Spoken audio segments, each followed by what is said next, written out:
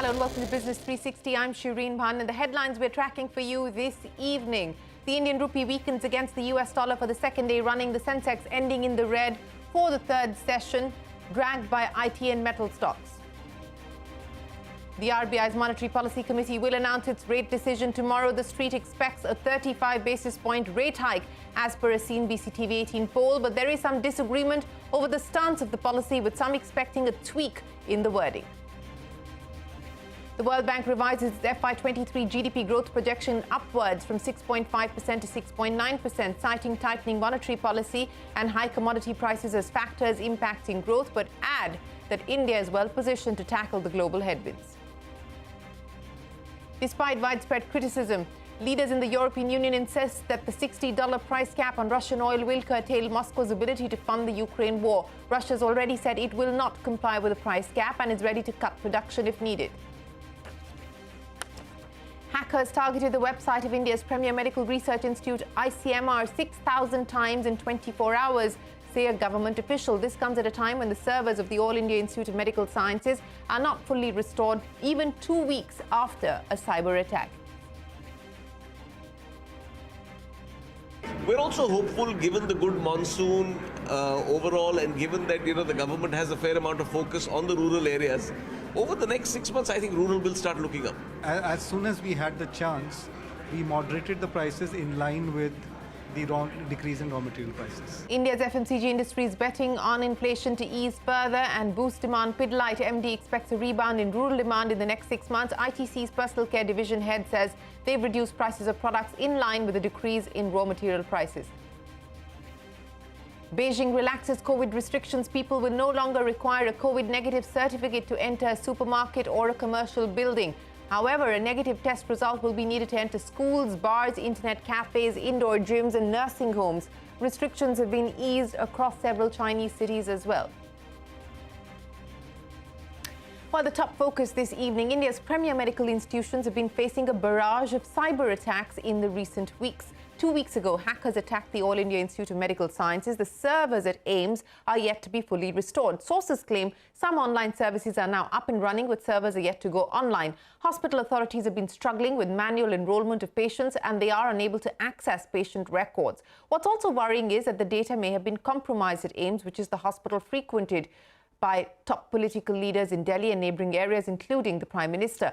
While an investigation into the AIIMS cyber attack is already underway, a government official told CNBC-TV18 the website of ICMR, India's premier medical research institute, was targeted 6,000 times in 24 hours. This official also claimed that the attacks were not successful. So how can we protect sensitive medical records at India's top medical institutions, and how do we thwart these cyber attacks? Before we discuss all of that, let me go across to my colleague Timsy Jaipuria, who has the details on the attempted hacking of the ICMR website. Timsy. Well, that's right. What sources are indicating to us is the fact that apart from AIIMS, it was on November 30th itself when another cyber attack was detected on the ICMR website. Well, this was simultaneously as the attackers were hacking and trying to hack AIIMS system. They also tried to attack and hack ICMR's data. What we are given to understand is that NIC got an alert immediately on November 30th itself. The attackers were hacking ICMR website via a blacklisted IP address with traces from Hong Kong. NIC saw that the attackers had attacked almost 6,000 times in 24 hours itself when it comes to the ICMR website, and NIC got this alert and they alerted ICMR to immediately block the attacker. The NIC also asked ICMR to urgently update their security patches and firewall to protect the system, and because of which they were able to protect the ICMR's website. Many thanks. As I was mentioning, the Indian healthcare industry has been on the hackers' radar. Ashmit joins us now with more. Ashmit. Well, it's nearly been 2 weeks since the cyber attack on AIIMS Delhi servers, and we're not much closer to an answer to the following questions.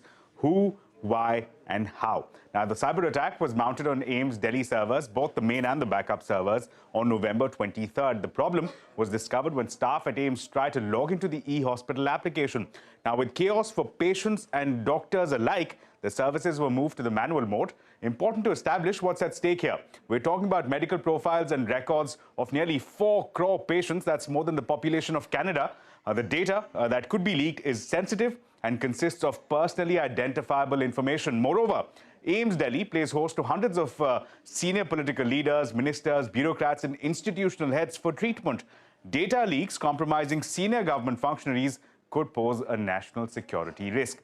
Investigations, meanwhile, are on in full swing. The likes of Delhi Police, CERT, Indian Cybercrime Coordination Center, and even the MHA and the NIA are looking to resolve the issue. But here's where the developments turn even murkier. What is the intent behind the attack? Well, for one, the identified files, the infected files, have a message, and I quote here, "What happened? Your files are encrypted. What is the price to repair? The price depends on how fast you can pay us and receiving money, and we will send program and private keys to your IT department right now. Do not attempt to decrypt your data using third-party software. This may result in permanent data loss. Our program can repair all files in a few minutes, and all servers will work perfectly, same as before," unquote. So is this a case of ransomware? Well, on November 23rd, AIMS had issued a statement suggesting that it may be a case of ransomware. Reports also seem to suggest that infected files have been encrypted by the attackers and that they are seeking payment in Bitcoin to unlock the files. The FIR has also been registered, also invokes Section 385, which pertains to extortion. However, on record, the investigating agencies are denying any ransom attempts or negotiation attempts. Initial assessments point towards several red flags, though. It would appear that no measures were deployed for securing systems. Certain findings indicate that there were not enough policies in place for as far as firewalls are concerned, and that most switches were unmanaged.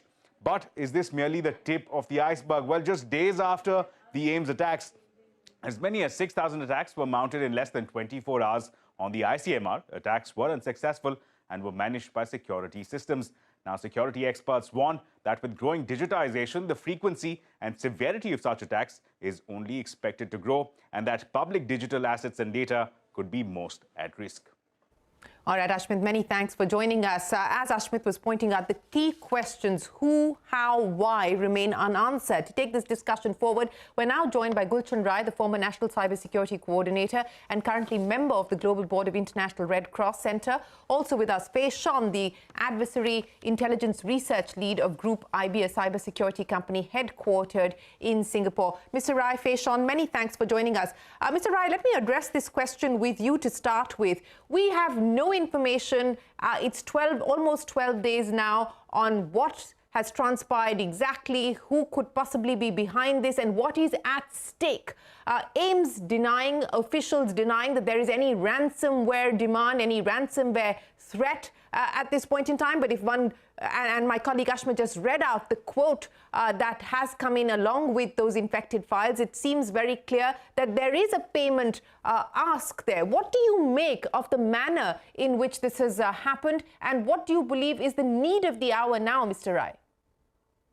No, I think what your colleague has read out is very, very clear, and I'm very certain about it. Today morning itself, I was in the Oriental Institute of Medical Sciences, and it's a ransomware attack. No doubt, the files have been encrypted there. But the solace is that the good point is that the entire data has been in a separate server. Somehow the attack could not reach there. The data is safe and data is being reloaded there. The machines are being changed. I saw some of the machine functioning there. Now, I think in a day or so, they will put it back for the online record there. Mr. Rai, just 1 second, sir. But yes, I'm sorry I'm interrupting you, because I just want to get clarity on what you told us. You said you were at AIMS this morning. Now, what exactly has been compromised? You're saying that the data was in a separate server, so that is safe. It has not been compromised. So what exactly has been compromised then? No, I did not say that data has not been compromised. I am saying that whatever data online is collected, there is a backup kept somewhere else. Somehow the attackers could not reach the backup servers there, and the backup data is being reloaded there. Whatever data it was encrypted, that data online is lost. But then they have not lost the data because the data is there somewhere in the backup server there. That is what I said it there. But the main point is that the attack has been very, very serious. Most of the equipment now is damaged there. Yeah. There is no way that some of the equipment can be salvaged there. This is the exact position there, but I think the AIMS is now trying to bring back the entire online operation. It may take 2-3 days. See, there are 10,000 systems connected on the network in the AIMS there.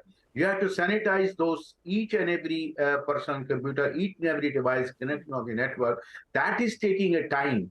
Installing back data is there, putting the data back up is not an issue. But sanitizing those 10,000 devices that are connected, that is taking a larger time. And you cannot connect those 10,000 devices unless they are sanitized. Right. Because same thing will repeat once again there. Yeah. Somewhere that file, encrypted file, hacker file must be sitting there. So I think that precaution what they have been doing it is correctly with the correct process there. Sanitize the laptops or systems connected there and then put the system on. Mr. Rai, you said that there is a backup available, so the data is possibly retrievable and not lost forever. But the question is, the data that has been compromised, and as Ashmit was pointing out, AIMS plays host to the top government officials, top ministers, bureaucrats, and of course, a large number of citizens of this country. You also confirmed that you believe that this is a ransomware attack. So what then? What exactly is the threat that we should be prepared for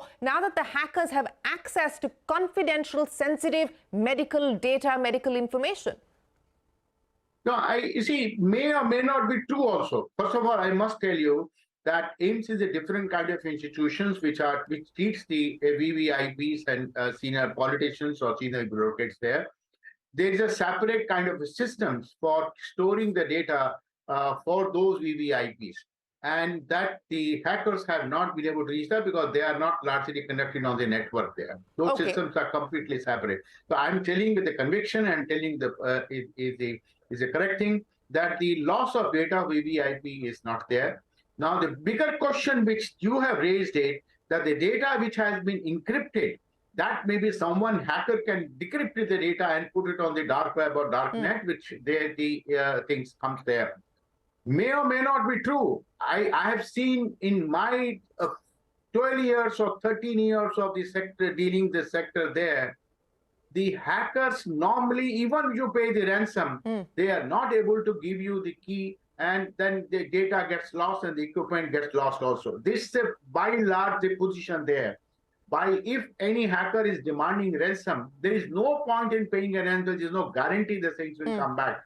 Now the question is whether they have encrypted there, the huge data is there, whether they will be open or they will not be able to open is a larger question there. But if they are open, they will find the darknet, and on the dark web there, that will find there. If they are not open, most probably mine says a large part of the data, they will not be able to open it. Okay, well, that's a lot of, at this point in time, speculation. As you point out, we don't really have conclusive answers or conclusive evidence one way or the other. Faishan, what do you make of what has transpired here in India at one of the topmost medical institutions, as well as the ransomware threat involved? Well, in terms of the point of victims, it is such a unfortunate situation. Not only because the data is not available, but also the service disruption is also very costly. I would say that we do need to give the actual experts who are working actively and tirelessly on this case some time to solve the problem. And as Mr. Rai just pointed out, there are several mitigations that we can apply in the same time. Data backup definitely helps a lot. And in the meanwhile, since a lot of threat actors, they are financially driven, the end goal is to get money.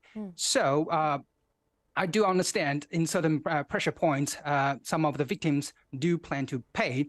And as Mr. Rai rightfully pointed out, there is a certain percentage that the file decryption will fail as well. So it really depends on the situation. First of all, how valuable is the data? Some of the times, the victim choose to even just reboot their systems from the ground. Or sometimes, if the data are ultimately valuable, unfortunately, certain amount of ransom were actually paid, but well, in the actual amount may differ from the initial asking. It is also worth noticing that to coerce the victim to pay the ransom, the attackers may adopt other tactics besides the pure data encryption. For example, also as Mr. Rao pointed out, they could threat to upload victims' planned sensitive data to a public space. Right. In our technical term, we call it data leakage sites. Usually they are hosted on the darknet or on the Tor circuit. Right. Yes, that is a threat, and we will have to see whether, this is going to be something that gets taken forward or not. We certainly hope that it's not. But Mr. Rai, hope cannot be a strategy, sir. And so what I want to understand from you, in light of what we've seen happen at AIMS and now what's happened at ICMR as well, we're given to understand that ICMR has also been targeted. Does there need to be a concerted, coordinated response to look at, especially at this point in time, to look at the medical institutions? And can it be left to these institutions to deal with this individually? Do we need a central response at this point in time to ensure safety of data, to ensure that there are adequate safeguards in place, that these institutions are protected? Do we have a list of institutions that may perhaps be vulnerable, and hence cyber security needs to be stepped up? You are right, absolutely right. I completely endorse what you have said. The attacks, cyber attack on the AIMS, certainly is a very, very serious and intensified attempt made by some terrorists or some attacker there. The idea with which the attack was launched, not to steal the data, but to create havoc and to damage the entire system. The chances are that so many utilities, your imaging systems, MRI or ultrasound or gamma knife camera, that system runs a very sophisticated systems in the AIMS there or in the hospital. They are all on the network. Luckily, that has been saved. I'm telling with the conviction and facts I'm telling, I'm accountable to what I'm saying that. They have been saved. But it poses a lot of serious question, as you said it, that the security we need to look at, review the security. What I can say that most of such institutions, they have a flat infrastructure. Once a hacker passes the entry point, then it is a completely free for them. We need to look at it. The country will have to look at it, or the institutions will have to look at it, the entire architecture, the entire steps, entire process there. And I think one of the great steps is that we need to put a process in the picture there. If we put a process, 50% of the issues will be resolved, but a great review and a serious review is needed. And I think Ministry of Health and the Government of India certainly will be charged up, and they will be looking to the security review of the cyber infrastructure of all the medical hospitals which are treating the public there. But that doesn't mean that we should not look at the other public institutions there. We have to look at the other institutions. Yes. There is a case because the ransomware is something, it has gone by a factor of 4 in the last 2 years. That ransom attack has gone up there. And I mean, such incident has created havoc worldwide. US pipeline case, which happened 2 years ago. Yes. I mean, 1/3 of the East Coast was shut down there. Yeah. We are seeing the first incident of the ransomware in our country. Yeah. But there is a need to review seriously, look at which are the gaps there and how do we plug those gaps so that the digitization doesn't suffer and the productive efficiency is not suffer, and we are able to enhance the resiliency of the entire infrastructure. I'm in complete agreement with you. Right. And as you were pointing out, and the point that Faishan was also making, this isn't just about the fact that data stands compromised. What it has effectively done is put AIMS out of work, out of business for the past 12 days. Patients have suffered, and that has caused enormous amount of pain for families, for patients who've been waiting. And of course, as Mr. Rai points out, as per his information, he was at AIMS this morning. Mr. Rai, you're saying that you expect within the next 2 to 3 days, the systems should start to come back up. This is what the assurance has been given to me. I mean, I learned from them. Of course, I didn't for official work. I went for some personal just to see that, but this assurance has been given to me. Right. Mr. Rai, Faishon, a pleasure. Thanks very much for joining us here on CNBC-TV18 to take us through what you make of the attack on AIMS and the threat to ICMR as well, which has, of course, been averted for now, and more importantly, what needs to be done to beef up data security across our medical institutions and, of course, other public utilities as well. Coming up next, the RBI's Monetary Policy Committee will announce its rate decision tomorrow. The street is factoring in a 35 basis point rate hike. That and more when we return.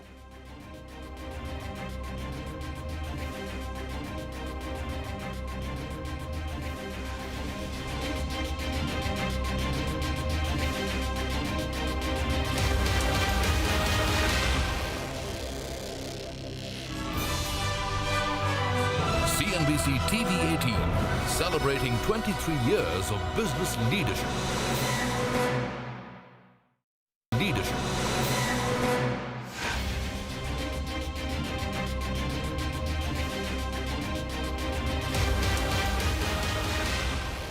The World Bank has revised its FY23 GDP growth forecast for India from 6.5% to 6.9%. The World Bank has cited tightening monetary policy and high commodity prices as the key factors impacting India's growth. It also expects the inflation rate to come within the RBI's tolerance band of 2 to 6% by the first half of FY24.